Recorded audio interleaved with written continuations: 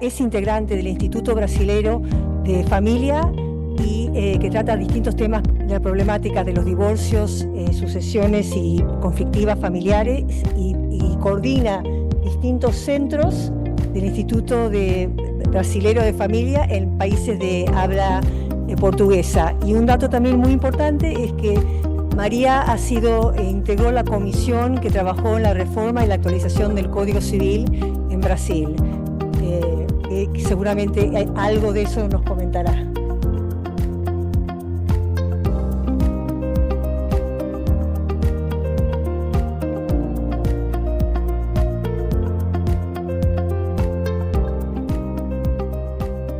Primeiro vou pedir desculpas por falar em português, porque o meu portunhol é horroroso. Como eu moro na fronteira com a Argentina, nós adotamos muito da língua de vocês, mas não o suficiente para eu poder me manifestar nesse sentido. E apesar de morar tão cerca daqui, só gostaria de dizer para vocês que eu levei 22 horas para chegar até aqui e vim com muita alegria estar aqui. Eu não sei se vocês conhecem, no Brasil tem uma música muito popular que diz assim, ó, eu não posso mudar o mundo, mas eu balanço, eu balanço. E eu tenho certeza que este evento, com esta magnitude, está se realizando com esse aspecto mundial, também nós não vamos mudar esta triste realidade, mas que nós estamos balançando a isso, estamos. Eu não tenho dúvida nenhuma de que esse evento tem esse significado.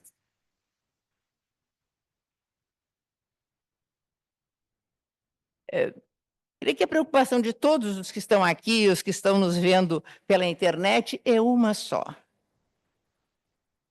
A especial proteção que crianças e adolescentes merecem.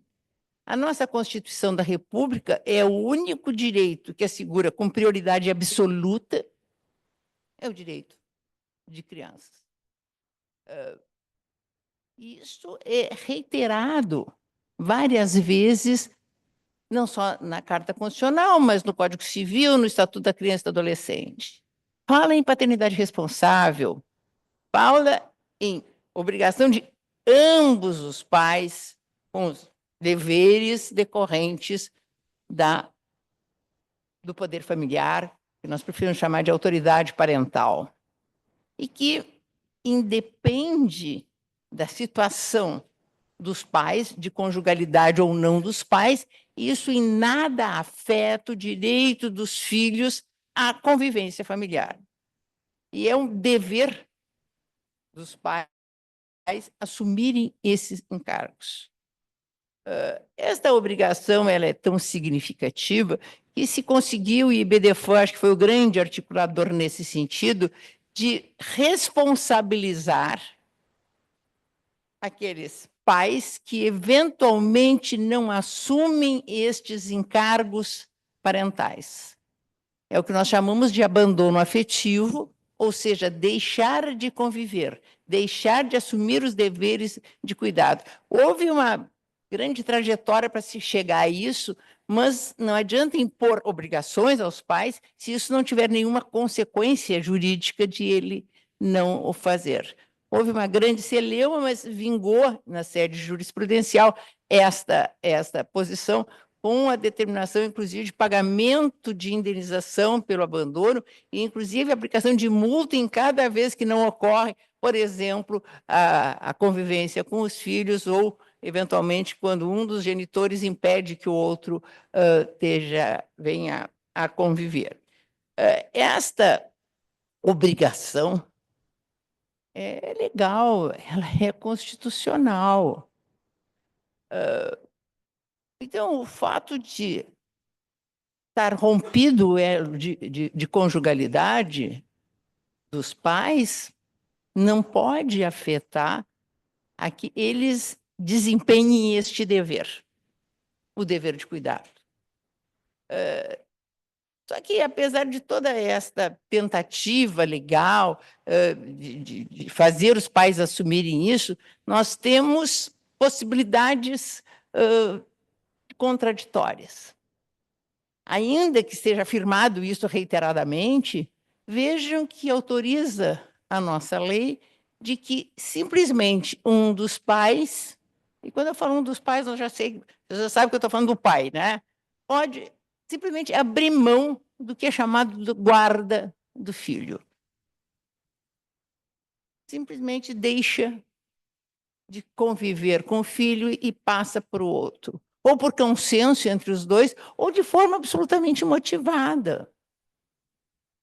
Mas será que é possível alguém abrir mão de uma obrigação, de um dever, sem que isso gere nenhuma consequência jurídica? Eu até sustento, e ainda não consegui vencer isso em sede de jurisprudência, mas doutrinária eu sustento muito nesse sentido, que se um dos genitores não assume os seus encargos, o seu dever, e se a mãe está desempenhando todas essas funções sozinhas, há que ser remunerada porque ela está fazendo sozinha um serviço que não é dela. Então, teria direito a uma indenização, não são alimentos, indenização porque cuida sozinha filhos, obrigação que não é só dela. Quero ver se isso vinga, mas que eu tenho muita vontade que vingue isso, eu garanto que tenho. Mas, então, assim, a lei permite isso, não só do juiz impor o que chama de guarda unilateral, guarda compartilhada, sabe? Impor quando nota que há alguma situação de risco nesse sentido, e esta possibilidade está na lei. E tem um dispositivo novo que entrou agora em vigor faz pouco tempo e que acaba borrando essas questões entre violência doméstica e alienação parental, que diz que, quando não há acordo entre os pais quanto à guarda dos filhos, se ambos têm condições de exercer o poder familiar, será aplicada a guarda compartilhada, salvo se um dos genitores declarar ao magistrado que não deseja a guarda da criança, ou quando houver elementos que evidenciem a probabilidade de risco de violência doméstica ou familiar. Vejam, elementos que evidenciem probabilidade de risco. Eu confesso que eu não sei o que significa isso. Tá?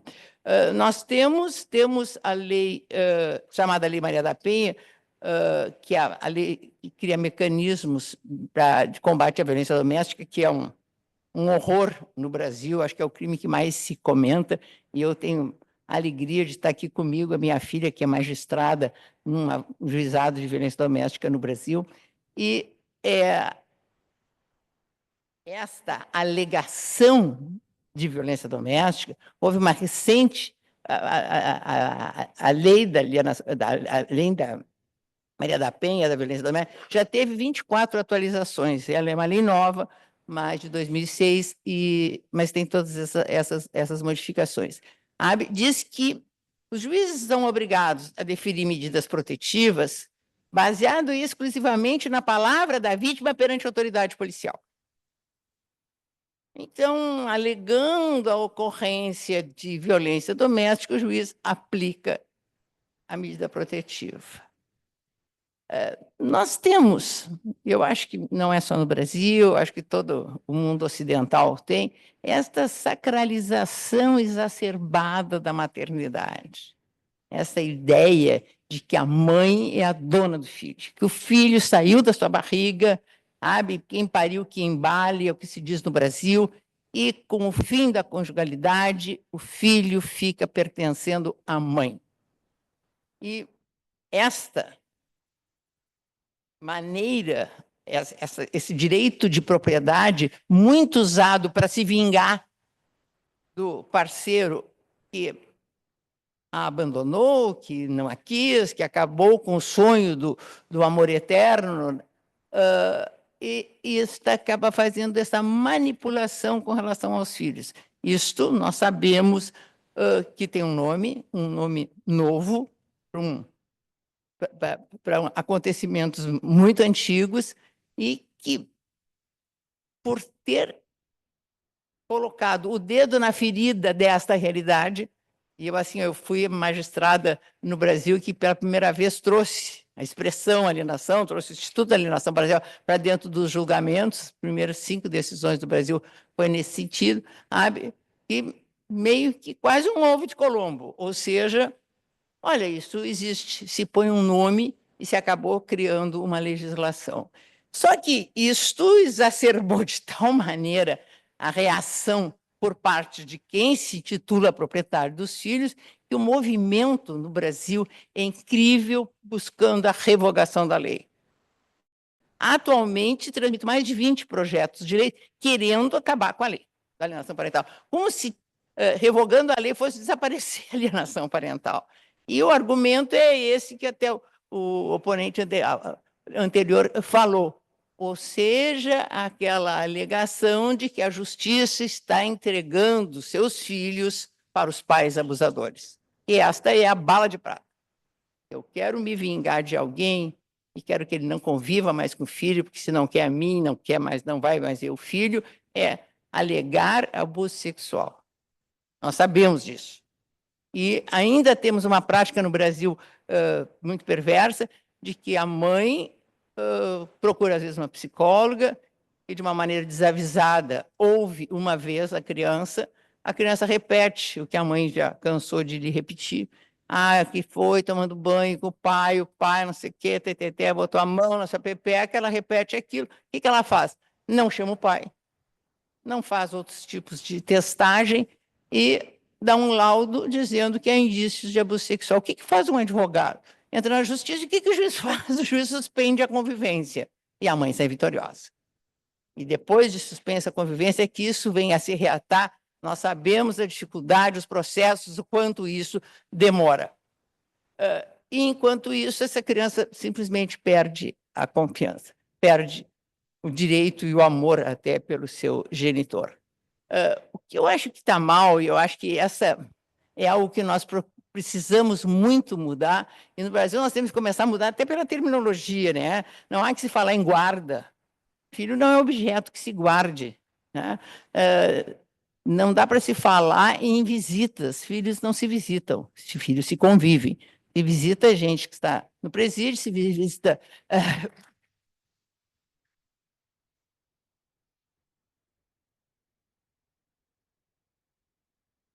Se visita pessoas doentes, né? Se visita gente que está de aniversário, mas não se visita. E vejam que esta possibilidade que a lei brasileira está de um dos genitores abrir mão de uma maneira inconsequente disso, acaba levando a um resultado terrível. Então, quando há, às vezes, essas desavenças e como prioritariamente a guarda deve ser compartilhada, que é também outra expressão que eu não consigo utilizar, e o que as partes fazem, o que os advogados fazem, o que os juízes fazem? Vamos estabelecer, então, um regime da guarda compartilhada. Como é que é? Então, fica durante a semana, durante 15 dias com a mãe, né? Fins de semanas alternados com o pai, um pernoite por semana, e é isso. Basicamente, é isso que se faz. O que acontece?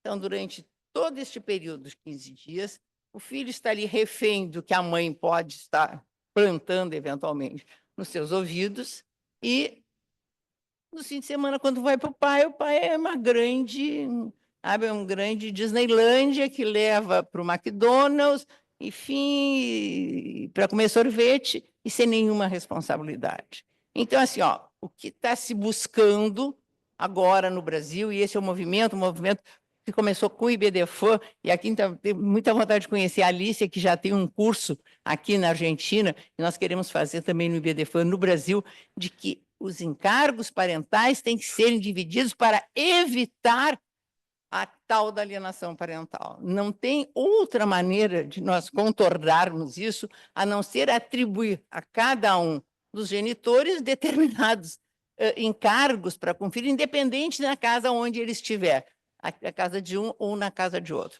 A lei chega a dizer que o juiz fixa o local de residência Que local de residência? Se os pais estão separados, a criança tem 2 residências, isso é admitido na lei. O artigo 71 do Código Civil diz que as pessoas podem ter 2 residências, é o que as crianças têm, mas, assim, assegurar à mãe o direito à residência ainda é dar poder para ela com relação ao filho, a esse filho. E é este poder que leva à criação e à constituição desse tipo de artimanha contra as crianças.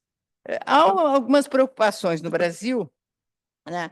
E o CNJ, que era o chamado controle externo do Poder Judiciário, e que veio a mostrar que, diante da nossa omissão do nosso legislador, que o nosso legislador não legisla, principalmente o que se chama de pauta de costumes, que eu não sei bem do que é, mas as coisas que dizem interesse, e faz recomendações, resoluções, enfim, avança um pouco o sinal para fazer o que o legislativo não faz, faz uma recomendação que a escuta de crianças vítimas de alienação parental seja feita pelo chamado depoimento especial. E também esse é um vanguardismo que teve do Brasil, que aqui também tem na Argentina e tem em vários países do mundo, e juiz não ouve crianças, né?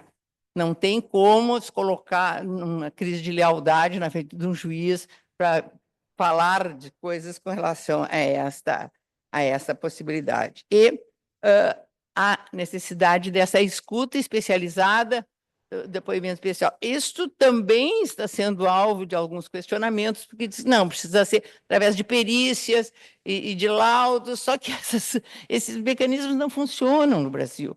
Nós não temos equipes, o judiciário não é constituído de equipes para atender a esta realidade. Então, enquanto nós não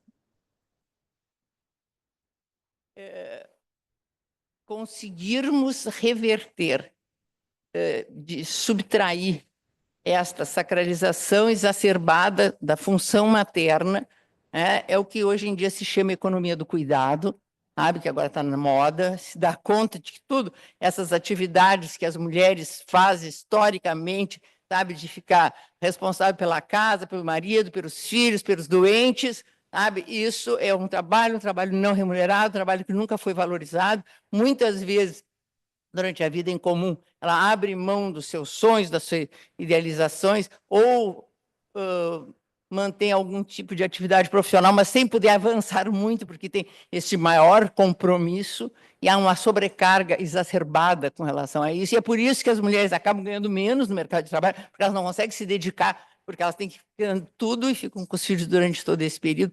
Ou nós mudamos um pouco essa cultura, sabe? Até, quem sabe, para convencer as mães de que elas não são as donas exclusivas dos seus filhos, elas têm direito à sua individualidade, direito à sua qualificação, sabe? Sem ter prejuízo de ordem pessoal, emocional, financeira, enfim, e fazer esse compartilhamento, sabe, desses seus encargos parentais. Acho que temos que encontrar formas. Estamos tentando agora no Brasil porque a revogação da lei não vai fazer a alienação desaparecer. Manter essas ideias ainda incrustadas, como nós temos dessa sociedade, ainda machista, ainda sexista, ainda discriminatória, que acaba excluindo a mulher, isso também acaba vindo em prejuízo dos filhos. Então, se o nosso objetivo maior é atentar aos filhos, nós não podemos achar também, e acho que essa é a última colocação que eu gostaria de fazer, e quando a lei diz, essa última regulamentação, que as mulheres acharam que, bom, encontramos uma saída para ficarmos com a guarda dos filhos, alegamos violência doméstica. Só que esse dispositivo que diz que quando há indícios de alguma evidência, probabilidade de risco de violência doméstica, a guarda será unilateral. A que violência será que a lei está se referindo? Esse dispositivo está no Código Civil, não está lá na Lei Maria da Penha. E nós temos a chamada Lei Riborel, que no Brasil é assim, cada vez que acontece algum fato horrível, né, aí o legislador vem, legisla, e a lei acaba ficando com o nome, sabe, deste aconselhamento. Então, em Riborel foi um menino que foi morto pelo pai, pela madrasta, enfim. Então, a lei Henri Borel, ela cria mecanismos, sabe, para coibir a violência doméstica e familiar contra crianças e adolescentes. Então, quando a lei diz que se pode afastar um genitor, nesse caso seria o homem, porque estamos falando de violência doméstica, e violência doméstica, no Brasil só se fala quando ela é contra a mulher, ainda é uma violência de gênero, e não estaria aqui se falando da violência contra a mãe, estaria se falando da violência contra a criança, no âmbito dessa lei Henri Borel. Aí sim, se comprovado que esta violência acontece contra o filho, sabe? Aí sim a justificativa para ficar não guarda unilateral, mas uma custódia individual para evitar. Mas fora disso, nem a violência doméstica pode impedir a que se dá prioridade ao direito das crianças a conviverem com o pai e a mãe do que, eventualmente, só a violência doméstica contra a mãe. O marido pode ser um mau marido, ele pode, sabe, ser agressivo com relação à mulher, mas ele pode ser um bom pai. E o simples fato de haver essa desavença com a mãe não quer dizer que ele vai simplesmente também deixar de ser pai. Acho que isso nós temos que mudar na nossa cabeça e ver se a gente muda um pouco da sociedade. Muito obrigado, foi um privilégio estar com vocês.